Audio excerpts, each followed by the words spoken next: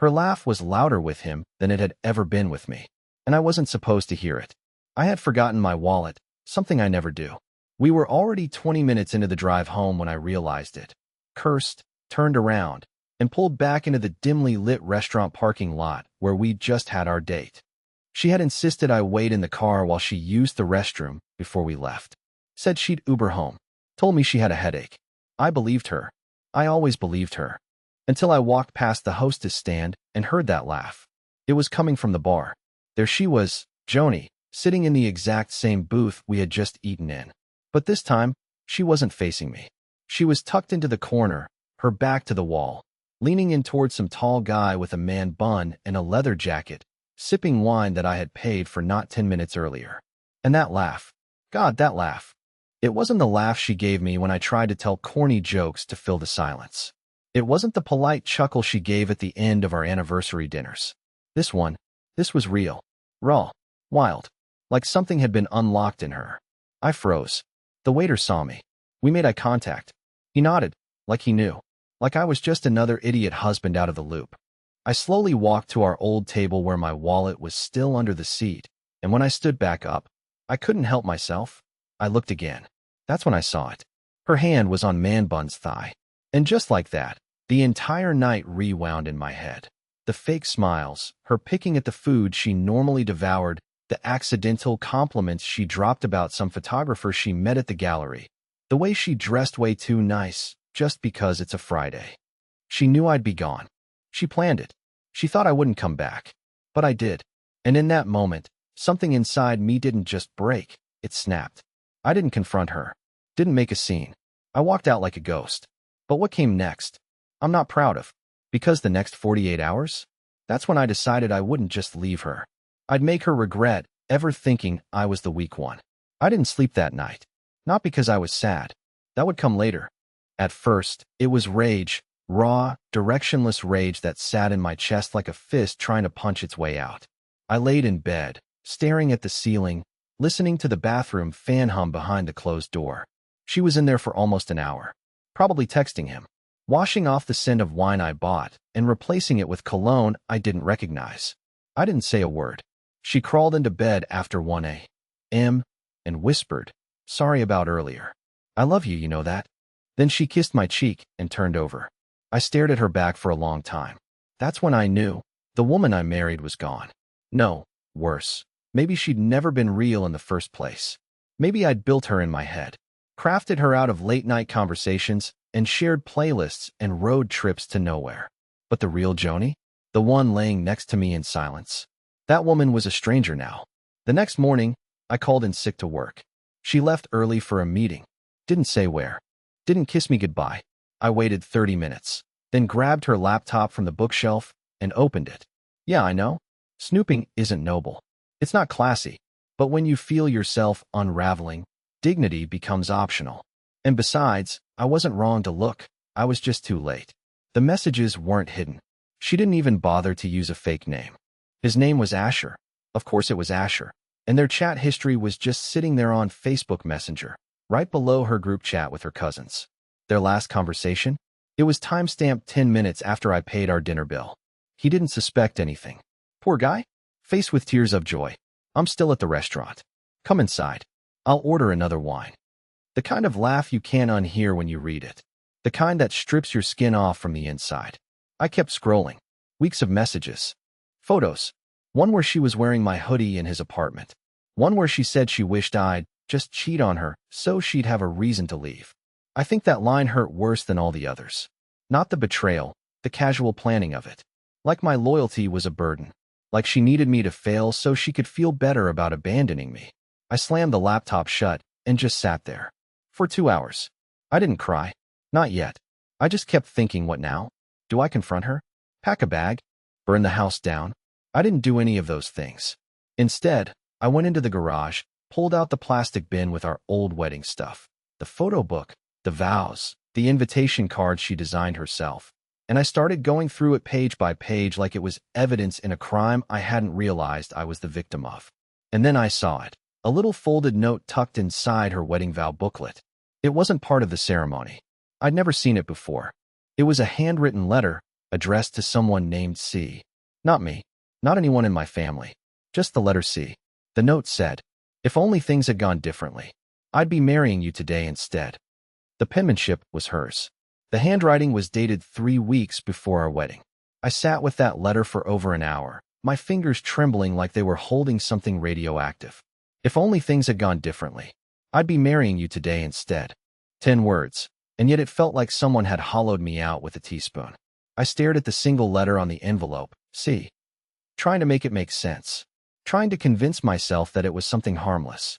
A cousin, a childhood friend, someone she used to know but didn't love anymore. But my gut told me the truth. It always had. I was just too stupid, too hopeful, to listen. I brought the letter into the kitchen and laid it flat on the table. Sunlight streamed in from the window, highlighting every loop of her handwriting, every perfectly spaced sentence. Joni had always been meticulous. Her emotions were always bottled up, but her pen always told the truth. That letter had the same rhythm as the wedding vows she read to me, the same pauses, the same heart-shaped dots on every I. Only this time, the vows weren't meant for me. I opened my phone and typed C into her contacts. Dozens of names popped up. A coworker named Cynthia, a college friend named Caleb, her cousin Chloe, but none of them fit the way the letter felt. None of them made sense until I scrolled down and found a name I hadn't seen in a long time. Caspian Drake. She used to talk about him, way back when we first started dating. Just a friend from high school, she'd said. Super weird name, right?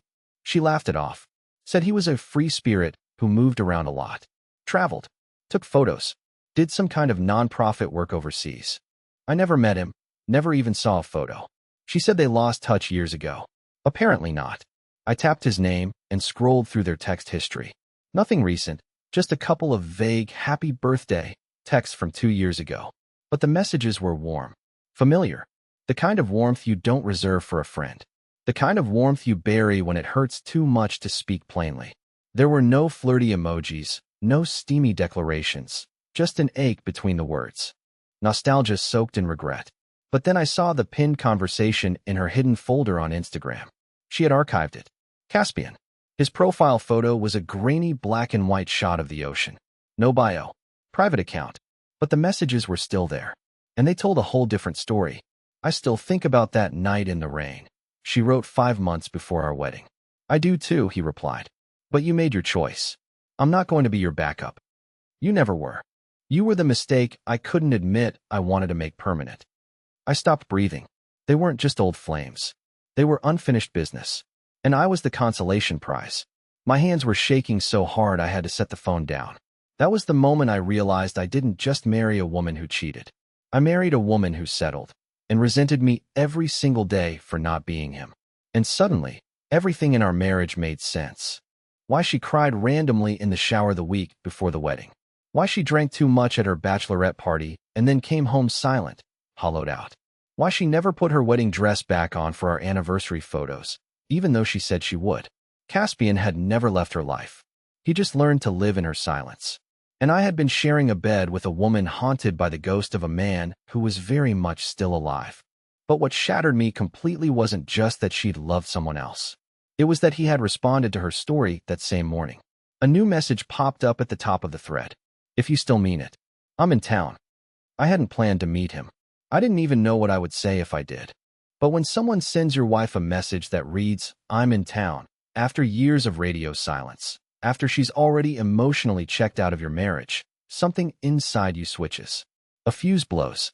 You stop thinking like a husband and start thinking like a detective, or maybe just a broken man trying to confirm what his gut already knows. So I replied, on her phone, where are you staying? He didn't question it, didn't hesitate, just sent back an address, a loft above a boutique gallery on Delancey Street. Classy, artistic, predictable.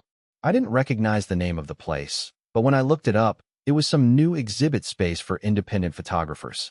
Of course, I should have turned off the phone, should have blocked him and confronted her directly like a normal person. But I didn't. I grabbed my jacket and drove across town, heart pounding like a war drum the entire way. I didn't even have a plan. What was I going to do? Walk up to the guy and say, hey, you've been the ghost in my marriage for 5 years. Want to grab coffee? But still, I parked. walked up the side stairwell. Every step felt like it was peeling something away from me, my pride, my denial, my last shred of hope that this was all just a misunderstanding. I knocked. The man who opened the door looked like a cigarette ad from 1978. Tall, perfectly disheveled, tousled dark hair, stubble that looked curated instead of careless, and a camera slung over his shoulder like it had been there since birth. He looked at me for a second, confused, then said, "Can I help you?" I didn't introduce myself. I didn't have to. "You're Caspian," I said. He nodded slowly, cautious. "And you are?" I stepped inside without being invited. He didn't stop me. His place smelled like old books, wood polish, and citrus. There were black and white portraits of strangers pinned all over the walls, expressive, moody shots. One of them was of Joni, younger, freer, laughing with her head thrown back in a way I'd never seen in person. That laugh wasn't for me. "I'm her husband," I said, watching his face closely. His eyebrows lifted slightly. He didn't feign surprise. He didn't look embarrassed. He just nodded once, like he'd been waiting for this moment for years. "Did she send you?" he asked quietly. "No. She doesn't know I'm here. She doesn't know I read the messages. Or the letter." Caspian sat down slowly on a weathered leather chair and leaned forward, elbows on knees, like a therapist settling in. "She told me she married a kind man," he said after a long pause. That line hit harder than I expected. Not handsome, not passionate, not irresistible. Kind. A word people use when they don't know what else to say. "Did she ever stop loving you?" I asked, barely above a whisper. He didn't answer right away. Instead, he reached for a drawer next to his desk and pulled out a small photo, one I'd never seen before. Joni, wearing a loose gray shirt, curled up under a blanket, drinking coffee on what looked like his balcony. She was smiling at the camera like she didn't know it was there. Unposed, unfiltered. "She came here a week before your wedding," he said finally. "Told me she couldn't go through with it. Told me she was still in love with me." My legs nearly gave out. "Then why didn't you stop her?" I asked. "I tried," he said, "but I didn't want to be the villain. I told her if she chose me, she'd have to burn everything else. She got scared. Said she couldn't hurt you like that. Said you didn't deserve it." That word again. Deserve. "So she married me out of pity?" Caspian's eyes softened. "No, man. She married you because she was trying to be someone she wasn't. She wanted normal, stable, but she was never meant for that. You gave her safety. I gave her chaos. She wanted both, but life doesn't work like that." I stood there in silence, trying to process it all. The fact that my wife had stood at the altar with a broken heart, that her vows had been a performance, that the entire foundation of our marriage had been a lie she tried to will into truth. And the worst part? He wasn't angry at me. He pitied me. And in that moment, I knew. I couldn't stay married to a woman whose heart had always belonged to someone else. But leaving wasn't going to be simple, because I had just discovered something on her laptop, something Caspian didn't know, something that would drag both of us into a much darker secret. The conversation with Caspian should have been the climax, the emotional peak. The moment of cinematic heartbreak where the husband confronts the other man, storms out, and files for divorce. But this wasn't a movie, and what came next was far uglier than a simple love triangle. Because Joni didn't just lie about who she loved. She lied about everything. I drove home in a haze, wind slicing through the cracks in the car windows like little knives. I didn't even remember parking. I sat in the driveway for almost 20 minutes, staring at the welcome mat she bought on Etsy that said, "Home is where the art is." Funny. She always made me feel like her safe space, when in reality, I was just a storage unit for the parts of herself she didn't want to carry. When I finally went inside, the house felt different. Emptier, even though nothing had changed. Her scarf still hung on the coat hook. Her tea mug still sat on the kitchen counter. But knowing what I now knew, the warmth had been drained from everything. The illusion was broken. And yet, part of me still needed more. Not because I wanted to stay. I didn't. But because I needed the full picture before I burned it all to the ground. I went back to her laptop, the one I'd already snooped through. I'd seen the messages with Caspian, yes. But something kept nagging at me. A password prompt that popped up when I clicked a folder labeled portfolio_2019_final earlier. I had assumed it was just photography work. But something about the way she had locked it, deeply hidden, not just password protected, but also renamed to blend in. It didn't feel like art. It felt like something you don't want anyone to find. I stared at the screen. I tried her birthday. Didn't work. I tried Caspian's last name. Nope. But then I remembered the name from the letter. The initial, C. I typed, Caspian 2015. It opened. And what I found inside was not a photo portfolio. It was a string of documents, screenshots, and videos, organized by date. They started 3 months before our engagement and went all the way up to just last week. The first file was a video recording. I clicked it. It was Joni, sitting in our old apartment, talking to the camera like she was on some kind of video diary. Today he asked if I wanted to go ring shopping. I smiled, said I'd love to. I feel like a monster. He has no idea I saw Caspian 2 nights ago. We didn't sleep together, but we might as well have. My heart, it doesn't beat the same when I'm with Milton, but I can't be alone. My stomach turned. There were over a dozen of these videos. Confessions, ramblings, diary entries recorded over the course of our entire relationship. Some of them during milestones, moving in together, buying our dog, even the night I got laid off and she held me while I cried, all while secretly confessing her apathy to a lens. But it was the last video that changed everything. Dated just 3 days ago. Joni sat in our bedroom, face pale, eyes puffy, holding a small plastic test strip in her hand. A pregnancy test. It's positive. I don't know how to feel. I don't even know who the father is. I was with Asher last week. Milton 2 weeks before that. And Caspian, well, that was a month ago. If I don't say anything, no one will know. But I can't keep this up. I can't keep lying. I paused the video. I could hear my own heartbeat in my ears. I felt the kind of stillness that comes before you scream. A child. A possible child. And she didn't even know who the father was. 3 men. In the span of 30 days. And I was one of them. No. Worse. I was the husband. The one who might raise a child that isn't his, just because his wife couldn't keep her life from folding in on itself like a dying star. I closed the laptop. I couldn't look at her face anymore. For a second, I considered confronting her immediately. But then I remembered how easily she lied with a smile. How good she was at twisting the truth. And I realized something. If she didn't know I knew yet, I still had time to flip the script. And so I did. I opened a new folder, named it Joni_Legacy, and I started recording my own version of the truth. I didn't scream. I didn't throw anything. I didn't even cry. Not after the video. Not after watching her admit, so casually, that she didn't know who the father of her child was. That she had slept with not one, but 2 other men, and all while pretending to be my wife, laughing at my stupid jokes, asking me to pass the salt, holding my hand in front of our friends like we were some solid, functional couple. No, I didn't rage. What I did was worse. I took a shower. I made coffee. I sat on the couch, and for the first time in my entire life, I started thinking like someone who wasn't afraid to break things. Not physically. That would have been easy. But emotionally. Strategically. Because if Joni wanted chaos, if she thrived on hidden lives and quiet betrayals, then I was going to build her a mirror so clean and cruel she'd finally have to look at herself without the mask. I started by copying everything. The videos, the messages, the folders. I put them on 2 separate drives. One I hid in the back of my old winter boot at the top of the closet. The other, I dropped off at my brother Malcolm's house with no explanation. Just handed him the flash drive and said, "If anything happens to me, this explains it." He thought I was joking. I wasn't. The next part required patience. That night, Joni came home late. Said her studio session ran over. I smiled. I asked if she wanted Thai or Indian.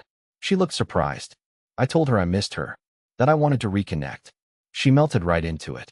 And that scared me more than anything. Because it was too easy. The way she slipped into the lie, the way she curled up on the couch with me, fingers laced through mine like she hadn't just detonated our marriage in secret.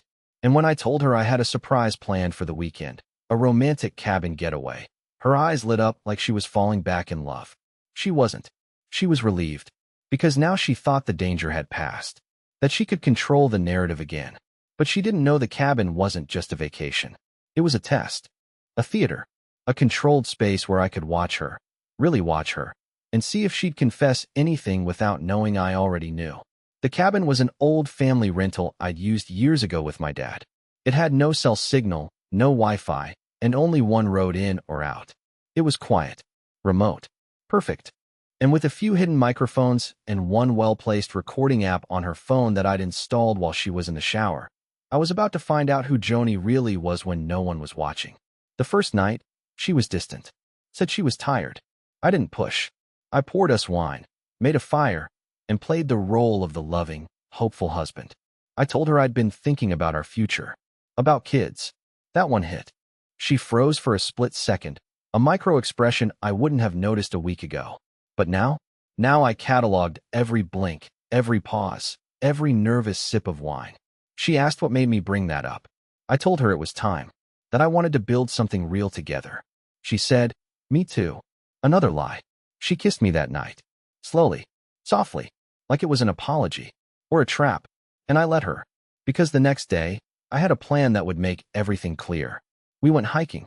Mid-trail, I pulled out my phone, handed it to her, and said, "Take a picture of me?"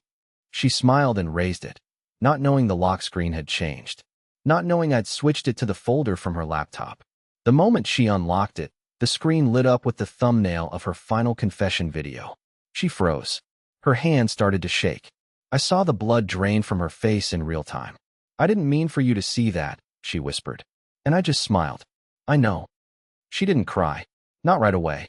I think she was still trying to figure out what version of herself to become.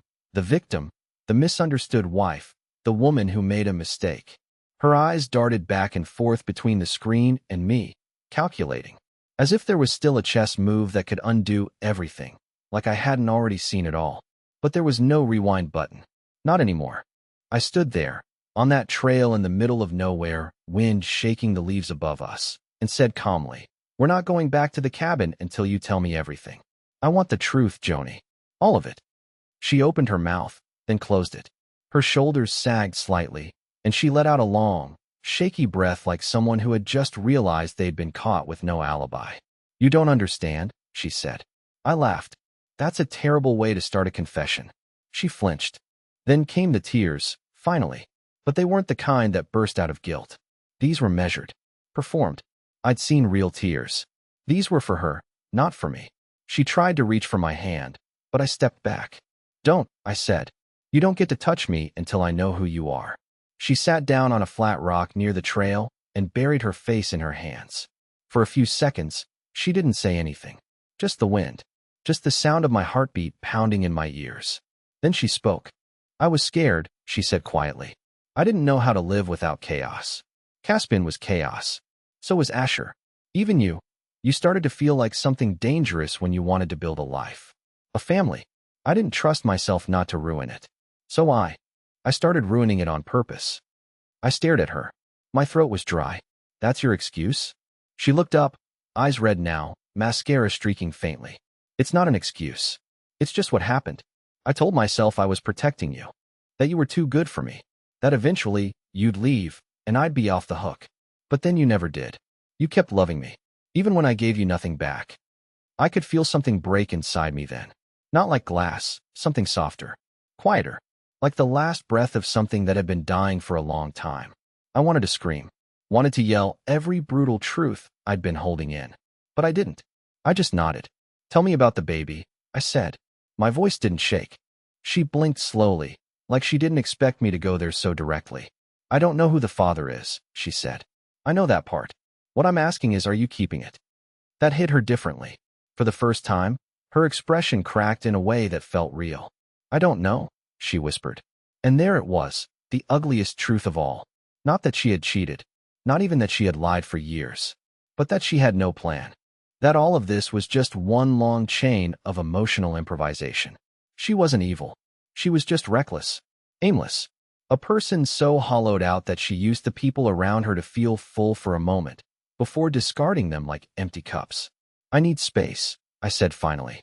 She nodded, like she expected that. But I wasn't finished. "I'm not going to explode.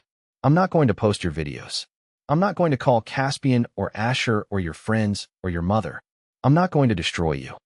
She looked relieved for a second, which was a mistake. "Because I don't need to destroy you," I continued. "You've already done that yourself." I turned and started walking back toward the cabin. She didn't follow. I didn't care if she did or not. I needed distance, not just from her, but from the version of myself that had been shrinking for years just to keep her happy. That man was gone, buried somewhere under years of compromise and false smiles.